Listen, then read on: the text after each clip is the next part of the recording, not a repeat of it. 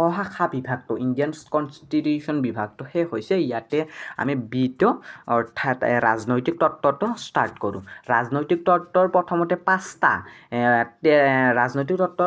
পাঁচটা 1 mark question আছে পাঁচটা 1 মাৰ্কৰ কুৱেশ্যন আছে ইয়াতে প্ৰথম কুৱেশ্যনটো হৈছে ৰাজনীতি বিজ্ঞানৰ আৰম্ভ আৰু অন্ত ৰাষ্ট্ৰক লৈ কথাষাৰ কোনে কৈছিল কথাষাৰ লাস্কিয়ে কৈছিল গাৰ্নাবে কৈছিল বাৰ্জেছে কৈছিল কোনে কৈছিল কথাষাৰ লাস্কিয়ে কৈছিল আমাৰ ৰাজনীতি বিজ্ঞানখন আৰম্ভ আৰু অন্তক লৈ গঠিত এই কথাষাৰ আমাৰ কৈছিল কোনে লাস্কিয়ে কৈছিল সঠিক উত্তৰটো হৈছে লাস্কি ইয়াতে আমাৰ 2 নম্বৰ কুৱেশ্যনটো চাই লওঁ অৰ্থাৎ খটো গ্ৰীক দাৰ্শনিক এৰিষ্টটলে লিখা বিখ্যাত গ্ৰন্থখনৰ নাম কি গ্ৰীক দাৰ্শনিক এৰিষ্টটলে লিখা বহুত কেইখন বিখ্যাত গ্ৰন্থ আছে তাৰে ভিতৰতে উল্লেখযোগ্য হ'ল নিকমাৰ্চ এণ্ড ইষ্ট আৰু পলিটিক্স মেথাপলজিছ আৰু পইণ্টছ এইকেইখন হ'ল উল্লেখযোগ্য এইবাৰতো আমাৰ পেটাৰ্ণ চেঞ্জ হৈছে কুৱেশ্যন পেপাৰৰ পেটাৰ্ণ চেঞ্জ হৈছে অৰ্থাৎ HS1 টিয়াৰৰ পেটাৰ্ণ চেঞ্জ হৈছে 50% MCQ আহিব 50% MCQ আৰু 50% লং 50% MCQ 50% লং আহিব এতিয়া এই তাৰমানে এইটো অলপ জটিল হৈ যাব কুৱেশ্যনটো চিলেক্ট কৰা কিন্তু তোমালোকে মনত ৰাখিব এই চাৰকটা নাম তোমালোকে মনত ৰাখিব লাগিব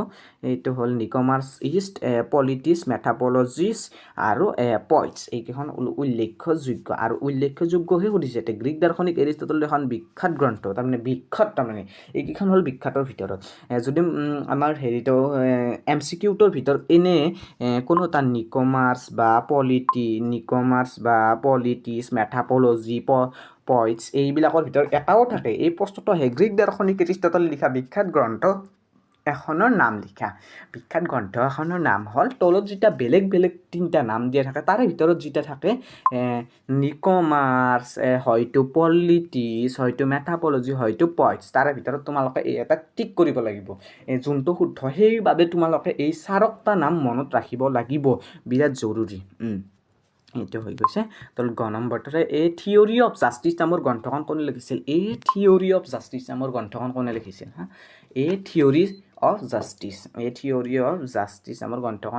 জন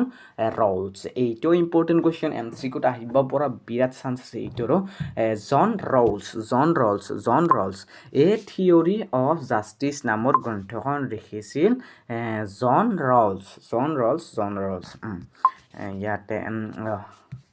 খ নম্বৰ কুৱেশ্যনটো আহি গ'ল ৰাষ্ট্ৰসংঘই সাৰ্বজনীন মানৱ অধিকাৰ ঘোষণাপত্ৰ গ্ৰহণ কৰিছিল 1945 চনত 1948 চনত 1950 চনত সঠিক বিকল্পটো বাছি উলিয়াও ইয়াৰে ভিতৰত হ'ব আমাৰ 1948 চন ৰাষ্ট্ৰসংঘই সাৰ্বজনীন মানৱ অধিকাৰ ঘোষণাপত্ৰ গ্ৰহণ কৰিছিল 1948 চনত ৰাষ্ট্ৰসংঘই সাৰ্বজনীন মানৱ অধিকাৰ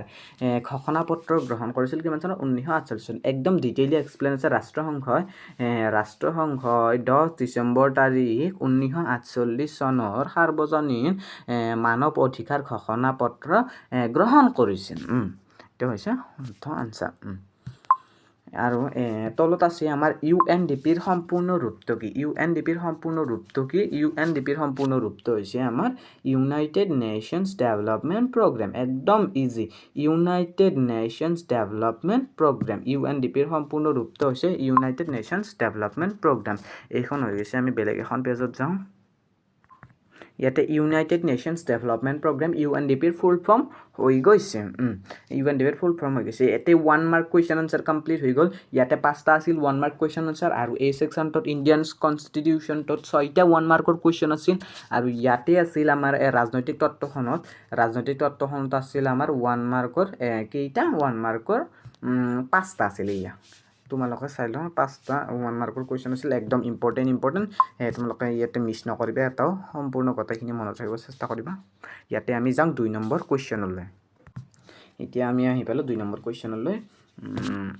2 নম্বৰ কুৱেশ্যন এইটো 2 নম্বৰ কুৱেশ্যনৰ নাম্বাৰ 1টো হৈছে নাগৰিকৰ অধিকাৰ ৰক্ষাৰ দুটা উপায় লিখা আমাৰ নাগৰিকসকলে অধিকাৰ ৰক্ষাৰ দুটা উপায় লিখা নাগৰিকৰ অধিকাৰ ৰক্ষাৰ দুটা উপায় হ'ল 1 নম্বৰটো হ'ল আইনী ব্যৱস্থা অৰ্থাৎ আমাক এইটো তোমালোকে নিজে এক্সপ্লেইন কৰি ল'ব মই তোমালোকক এইখিনি এটা ধাৰণা দি দিওঁ আইনী ব্যৱস্থা গ্ৰহণ তাৰমানে নাগৰিকৰ যিবিলাক অধিকাৰ আছে সেই নাগৰিকৰ অধিকাৰবিলাক আমাৰ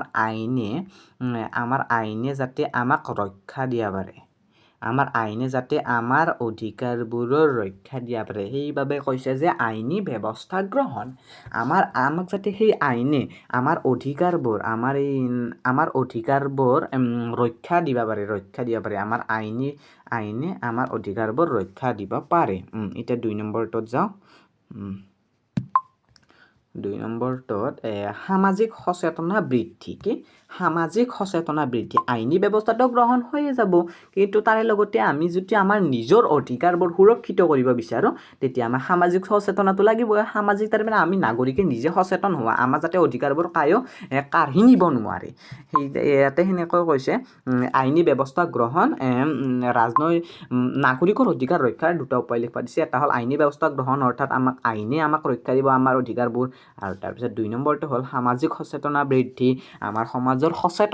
সমাজৰ যিবিলাক নাগৰিক আছে সেই নাগৰিকে নিজৰ অধিকাৰৰ প্ৰতি সচেতন হোৱাটো ভাল আৰু এফালে আইনী ব্যৱস্থা গ্ৰহণ এই দুটা হৈছে আমাৰ নাগৰিকৰ অধিকাৰ ৰক্ষাৰ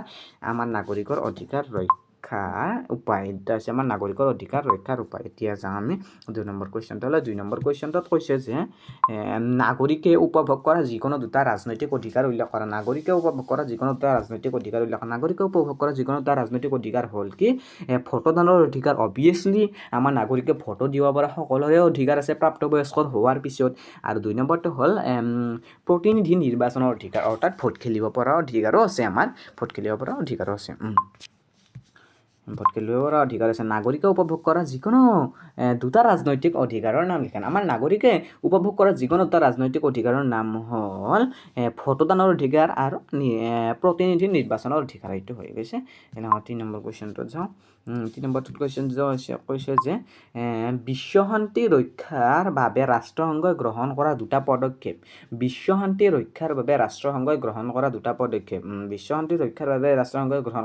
পদক্ষেপ হৈছে শান্তি মিছন বা শান্তিক্ৰয়ী বাহিনী স্থাপন আৰু 2 নম্বৰটো হৈছে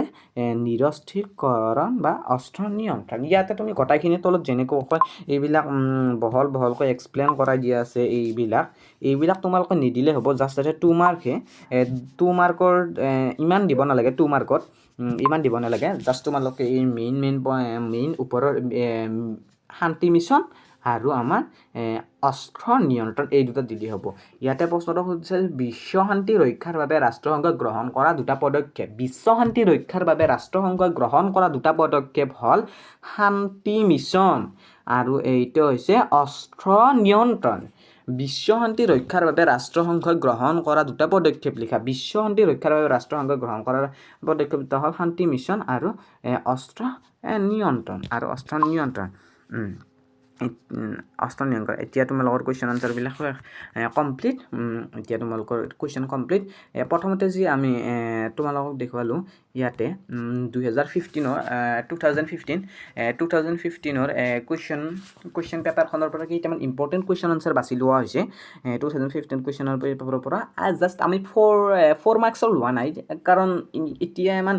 লং কুৱেশ্যন ইমান অহা নাই 50% MCQ ইয়াৰে 1 মাৰ্কৰ কুৱেশ্যন কেইটা একদম ইম্পৰ্টেণ্ট 1 মাৰ্কৰ কুৱেশ্যন কেইটা একদম ইম্পৰ্টেণ্ট ইয়াৰ তাৰে ভিতৰত 1 মাৰ্কৰ কুৱেশ্যন কমন পৰিব ভালদৰে চাই যাবা এইবিলাক 1 মাৰ্কৰ কুৱেশ্যন এইটো হৈছে আমাৰ ইণ্ডিয়ান কনষ্টিটিউশ্যনৰ আৰু আমাৰ ৰাজনৈতিক তত্ত্বখনৰো চাই ল'বা ইয়াতে ইণ্ডিয়ান কনষ্টিটিউশ্যনৰ ইম্পৰ্টেণ্ট কুৱেশ্যন মই 6টা দি দিছোঁ আৰু ৰাজনৈতিক তত্ত্বখনৰ ইম্পৰ্টেণ্ট কুৱেশ্যন মই 5টা দি দিছোঁ ইয়াৰ পিছতো আৰু আগৰ 2016ৰ ইয়াতে 2016ৰ কুৱেশ্যন পেপাৰখনৰ ইম্পৰ্টেণ্ট কুৱেশ্যন কেইটামান লৈ আহিম জাষ্ট মই দিয়া কুৱেশ্যনখিনি চাই ল'ব তাৰ পিছত আৰু এখন তোমালোকৰ কিতাপ কিনিব পাৰা MCQ তাৰপিছত চাই যায় 80% মাৰ্কছ 80% স্ক'ৰ কৰিব পাৰা ভালদৰে যেতিয়া এইখিনি চাই যায় বেলেগ চাব নালাগে একদম ইম্পৰ্টেণ্ট কুৱেশ্যন 2015ৰ পৰা 2023লৈকে কভাৰ কৰিম খালি ভিডিঅ'বিলাক সম্পূৰ্ণ স্কিপ নকৰাকৈ চাই ল'বা আৰু বুজি ল'বা একদম মই বুজাই দিছোঁ লগতে একদম সম্পূৰ্ণ হৈ যাব তোমালোকৰ আৰু বেলেগ কুৱেশ্যন আনচাৰ চাব নালাগে এনেকৈ দি থাকিম আজি এইখিনিয়ে হৈ গৈছে 2015 এতিয়া নেক্সট 2016 ষ্টাৰ্ট হ'ব তো দিয়া আজিৰ ভিডিঅ'টো ৱাচ কৰাৰ বাবে থেংক